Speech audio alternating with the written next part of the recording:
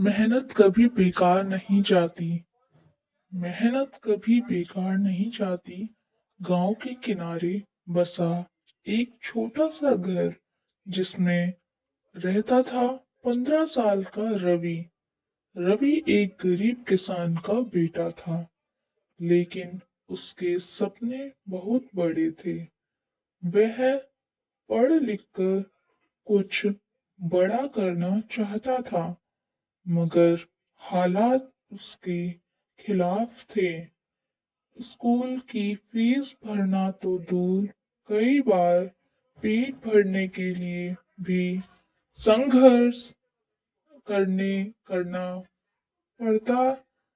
रवि सुबह सुबह खेतों में पिता का हाथ बटाता और फिर दिन में स्कूल जाता।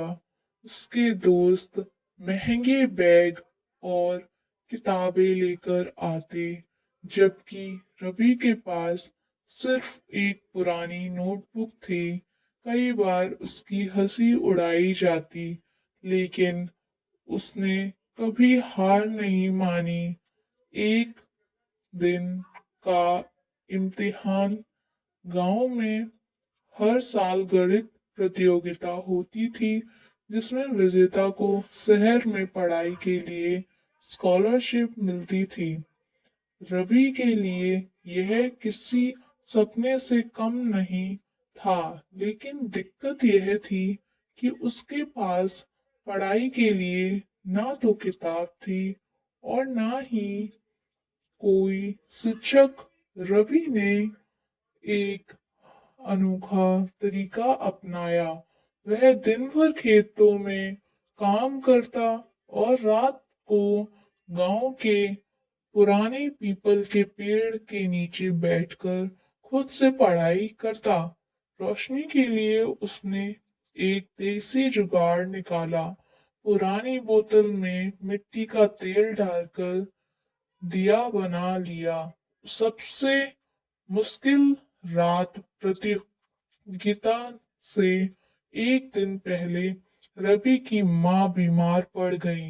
उसे रात भर उनकी देखभाल करनी पड़ी और वह पढ़ नहीं सका। स्कूल तक वह थक कर चूर हो गया, लेकिन फिर भी परीक्षा देने पहुंचा। पेपर देखकर उसके दिमाग में अंधेरा छा गया। उसने खुद से कहा, मैंने इतनी मेहनत की है, मैं हार नहीं सकता। उसने धीरे धीरे सवाल हल करने शुरू किए। नतीजा जिसने बदली किस्मत, वह परिणाम आया तो पूरे गांव में हलचल मच गई।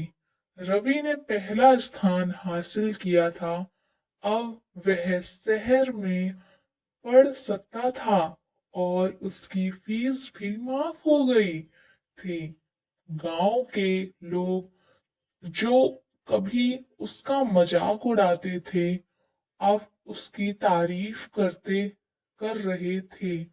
रवि की मेहनत रंग लाई और उसने साबित कर दिया कि मेहनत कभी बेकार नहीं जाती।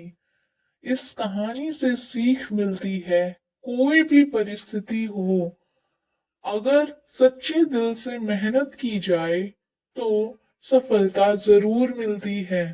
इसीलिए हमेशा मेहनत करते रहना चाहिए।